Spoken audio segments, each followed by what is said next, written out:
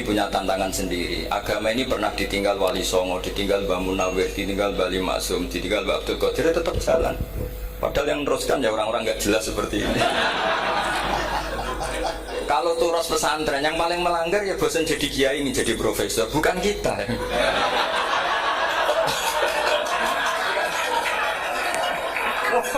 Yang bosan itu tidak kita, yang sudah ganti gelar itu.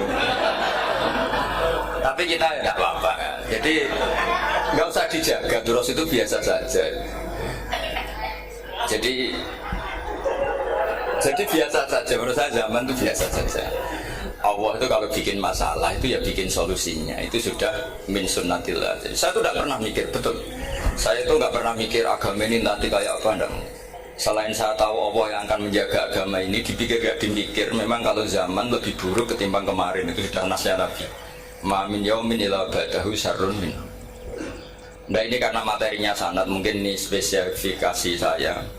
Saya mohon sanad itu ditulis, tapi tidak diimani. Jadi yang ditulis itu hanya sebagai perangkat mudawwan. Karena kalau sampean iman itu bahaya, karena nanti tidak hadits tawatur. Makanya kritiknya para ahli hadis terhadap sanatu ahli qiraah, misalnya jenengan dari Gus Najib, dari Mbak Abdul Qadir atau dari Mbak Arwani, kemudian Mbak Munawir, kemudian Syekh Yusuf Ad-Dimyati, terus Syekh Sa'id Antar misalnya sampai Syekh Haruni dan seterusnya. Itu kan hanya menyebut satu orang. Ini harus dicatat. Padahal sanad khususnya Quran itu lafadznya harus mutawatir. Kaifiyatul ada juga harus mutawatir. Jadi harus riwayatu jam'in an jam'in la yumkinu tawatuhum alal kadzib. Makanya kalau ngaji sanad itu harus bersamaan dengan itu kita katakan bahwa menyebut Mbah Munawir itu fardun min afrodil am. Karena kalau enggak berarti sanad kamu menjadi ahadi. Kita tahu kan hadis riwayat ahadi itu masalah. Masalah apa enggak? Masalah. Hadis itu yang keren, yang mutawatir. Padahal Quran itu faqal hadis. Makanya saya bilang sanad itu ditulis tapi tidak usah diimani. Kalau itu tok, ya harus diimani kalau itu sebagai jam'un an jam'in. Kebetulan tahunya itu lewat guru.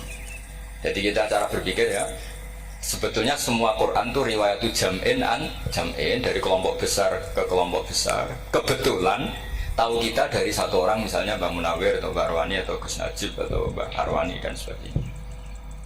Saya itu punya bapak, buyut-buyut saya itu hafal Quran. Mereka ya pantangan malah, makanya itu sirinya. Kenapa kadang-kadang kiai dimintai sanad itu nggak mau. Tapi kalau sudah ahlinya nggak minta pun dikasih. Itu dulu tradisi ulama dulu gitu. Sufyan Ats-Tsauri kalau dimintain sanad santrinya bilang gini, sudah kamu pulang saja. Kalau saya sudah tahu kamu benar, saya datang ke kamu tak kasih sanad. Saya yang datang ke kamu tak kasih sanad. Saya itu punya sanad ya baru-baru. Saya bangun mendekati wafat baru dikasih. Karena nunggu tadi, nunggu kelayakan. Kalau tahu-tahu minta sanad kan gaya-gayanan toh, terus dicetak di figura, terus seakan-akan legal jadi muridnya Gus Najib, itu aneh. Saya ulang lagi ya, jadi kita harus ngadepi satu hukumnya Allah. Kalau sanadul Quran itu harus mutawatir. Kalau mutawatirnya riwayat jam'in an jam'in sing la yumkinu tawatuhum alal kadzib. Jika kita nyaman, misalnya kita mau tidak mau menyebut setelah hafaz, itu kita hanya menyebut asing. Setelah asing paling banter kita menyebut hanya dua, yaitu Abdurrahman As-Sulami, Abi Abdillah Abdurrahman As-Sulami. Ada yang nulis Abi Abdurrahman Habib As-Sulami. Itu di harokatnya kitab. Itu ada yang nulis Hudan. Tapi yang benar, oh enggak, yang benar itu bacanya Habib. Habib itu As-Sulami, itu ikut marga Robi'ah. Itu kemudian ditulis gurunya hanya dua, yaitu Abdurrahman As-Sulami sama Zirin bin Hubesh. Setelah Zirin bin Hubesh, sahabat yang ditulis itu hanya Utsman, Ali, Ubay bin Ka'ab.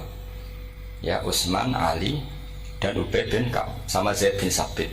Hanya 4. Sekarang kita teliti betapa bahayanya itu. Bahayanya begini, Zaid bin Sabit itu orang Ansor. Artinya kalau orang Ansor itu tidak menangi periode Makkiyah. Bagaimana dia bisa meriwayatkan semua Quran sementara dia Ansoriun yang notabene hanya mengenal surat-surat Madaniyah, sementara ayat Makkiyah atau surat Makkiyah itu bawahnya.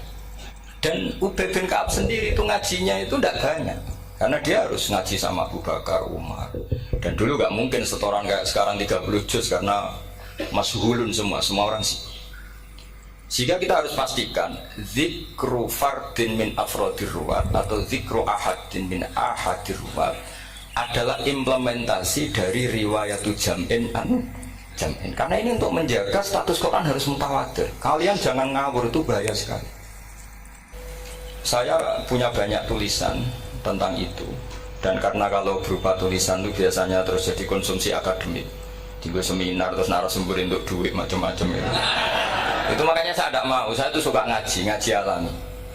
Sehingga kalau betul saya dikatakan viral itu saya tidak mikir, viral tidak mikir. Saya ini sudah cocokkan sama Gus Dar, mau daftar wali. Syaratnya wali itu gak peduli dengan makhluk. Kalau saya peduli berarti terdegradasi nanti. Sudah cocokkan sama Gus Dar daftar wali. Angel Gus, sekarang yang peminatnya ada banyak. Karena zaman akhir itu peminatnya jadi rektor tadi. Jadi ini nanti dicek saja, nah dulu mana saya dengan Gus Dar. Karena buyut-buyut saya itu ya sepuh, sama sepuhnya sama buyut. Karena buyut saya kandung itu diantara namanya ada Mbak Maksum. Mbak Maksum itu bin Soleh. Mbak Soleh buyut saya kandung itu gurunya Mbak Soleh Darat. Jadi buyut-buyut saya juga kasepuan. Gus ini juga kasepuan, jadi adu kasepuan. Yang jelas itu entah menang mana tidak tahu. Sing wani rokok berarti menang. Karena berarti berani tidak sopan. Tapi bisa saja menang saya karena legowo. Tadi pamit saya, Gus saya rokok boleh-boleh. Jadi dia lebih keren karena nggak sopan, saya keren karena jembarati. Berarti setingkat lah kira-kira itu setingkat. Kalau Gus Hamid karuan pernah Pak Lek ya, nggak perlu sopan sama Gus Dar memang kan Pak Leknya. Saya teruskan ya. Jadi anak-anak alumni Al-Munawwir ini yang maui apa lanyah Qurannya, apa tadi dakwah tadi tafakur, saya juga nggak paham yang dimaksud Pak Mustaqim itu. Karena apa ya? Ilmu itu ditulis itu sebenarnya berdasar minatnya penulis, bukan berdasar kehendak Allah. Buktinya gini, sebelum ada metodologi penyebaran agama, itu agama sudah jalan. Ditinggal Nabi Wali Songo agama sudah jalan. Penulis gue disertasi dokter enak weh, harusnya gini. Zaman orang nulis mbok tulis wah agama wis mlaku. Sebenarnya orang nulis itu kan untuk gelar doktoral, untuk kenaikan pangkat. Mana ada kiai-kiai itu menjadi pinter karena tulisan para doktor? Nggak ada. Agama ini sudah jalan tanpa panduan para penulis dokter-dokter itu. Dulu mana ayo mereka dakwah sama panduan tulisannya? Dulu mana? Dulu dakwahnya. Terus itu dianalisis. Analisis jadi disertasi. Makanya saya tuh jarang diundang orang mau kalau nggak pernah sepuh. Cuma sial saya yang pernah sepuh ternyata banyak. Akhirnya saya tuh bikin kaidah agak salah dulu. Saya mau diundang hanya yang pernah sepuh. Ternyata yang pernah sepuh itu banyak. Ya kemarin saya datang di hallnya Ki As'ad, terus dia datang di hallnya Pak Hamid. Karena mbah saya kandung itu sepupu sama Pak Hamid Pasuruan. Saya buyut-buyut saya itu orang Lasem sama orang Kudus. Sebenarnya kalau saya mau nakalan itu pakai buyut saya tertua itu, tapi kayaknya enggak lah. Nanti mereka malah ngedu Nabi Adam malah selesai. Karena kalau saya pakai buyut saya yang Mbah Soleh itu, yang gurunya Mbah Soleh Darat itu, nanti sampean pakai Nabi Adam bisa tuntas saya. Meskipun saya mungkin lewat Kobil atau lewat Habil, nanti cocokkan lagi. Jangan-jangan jenengan yang lewat Kobil, gue saya Habil. Malah panjang lagi, nggak tahu aktenya juga nggak. Kira-kira kan delok potongannya. Kalau yang alim kayaknya pantasnya lewat Habil, gitu. Kalau yang nggak alim ya pantasnya lewat nggak tahu. Campuran ya kombinasi. Tapi begini ya, Quran itu al-mira' fil Quran kufrun ya, atau al-jidal fil Quran kufrun ya, ada dua riwayat. Memperdebatkan Quran itu kafir. Nah awal debat itu karena Quran dianalisis. Sehingga karena dianalisis ini sebetulnya yang masuk itu analisisnya apa? Para analis, bukan hakikatul ilm. Misalnya gini, para dosen atau para peneliti itu harus pernah jadi wali. 2 menit saja, tidak usah lama-lama. Karena grup wali juga gak terima kalau ini jadi wali lama-lama, karena ada aturannya. Kalau dalam istilah Syaikhul Qadir Al-Jilani, fasalat tuhalah, kalau orang wali gak layak tak beredel katanya gitu. Misalnya begini, ada kiai yang milih zuhud, cuek terhadap perubahan zaman. Sebetulnya orang analis akan bilang itu cuek, tidak peduli dengan sekelilingnya. Tapi di dunia wali, orang cuek itu mutawakkil ala Allah. Makanya dalam kitab hikam Da'id Tadbir, fama qawma bihi ghairut la tukim bihi nafsa. Sudah kamu tidak usah mikir dunia, ini sudah ada al-mudabbir yaitu Allah Subhanahu wa ta'ala. Kamu mikir, tidak ikut punya kok kamu pikir. Hidayat yang milik Allah, rezeki yang milik Allah, kamu pikir, tidak melok duwe kok pikir. Sehingga ketika dianalisis ini orang yang cuek, antisosial atau tidak punya kesolehan sosial, kalau mereka ngamati orang-orang soleh yang tertutup ini. Padahal ini adalah orang yang dekat Allah. Karena sudah makomnya makom apa? Tajrid. Tapi dianalisis meninggalkan apa? Sosial. Lah yang pro sosial, misalnya yang dosen, yang ceramah di mana-mana, dianggap peduli sosial. Jangan-jangan peduli nasibnya sendiri. Karena ya ada untungnya gitu. Makanya seperti ini kalau nuruti begitu-begitu itu tidak ada selesainya. Maka kita harus ngomong sesuai hakikatul amr. Bahwa anak abdun soro fakhri dimna fakri. Jadi kita ini selalu hambanya Allah.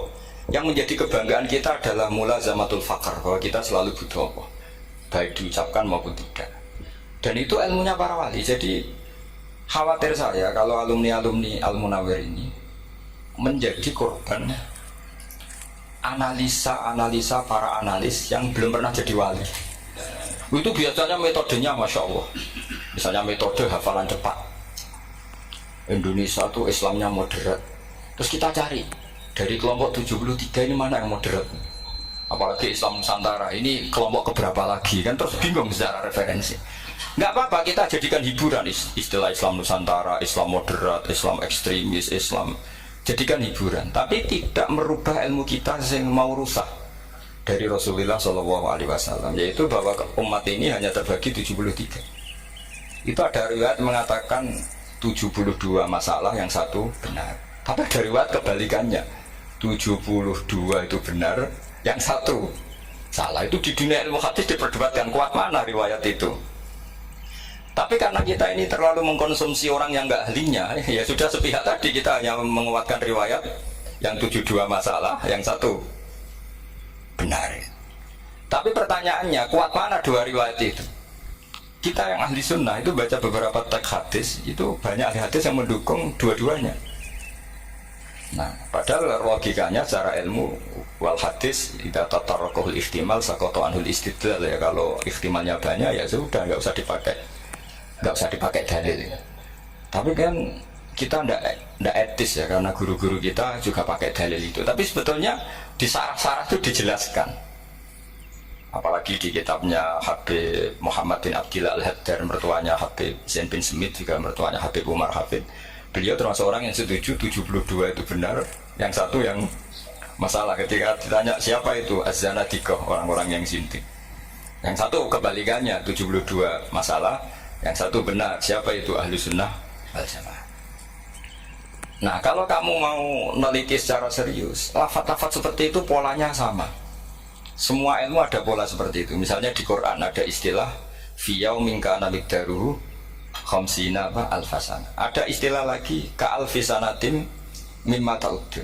Itu kan hitungannya beda jauh. Yang satu 1000 tahun, yang satu hanya 50 khamsina alfasana, 50 ribu tahun. Ngitungnya gimana? Ngitungnya gampang saja kalau kita tidak punya tradisi menganalisis. Ketika Abdul bin Abbas ditanya, lalu ke alfasanatin maknanya apa? Khamsina alfasana maknanya apa? Ya yaumun aradahu, itu hari yang dikehendaki Allah. Kamu tidak perlu tahu. Memangnya kalau kamu tahu terus mau apa? Itu kan memang satu ilmu, karena dulu orang itu nggak perlu istighal bima la ya'nihi, tidak perlu sibuk dengan sesuatu yang nggak perlu tahu.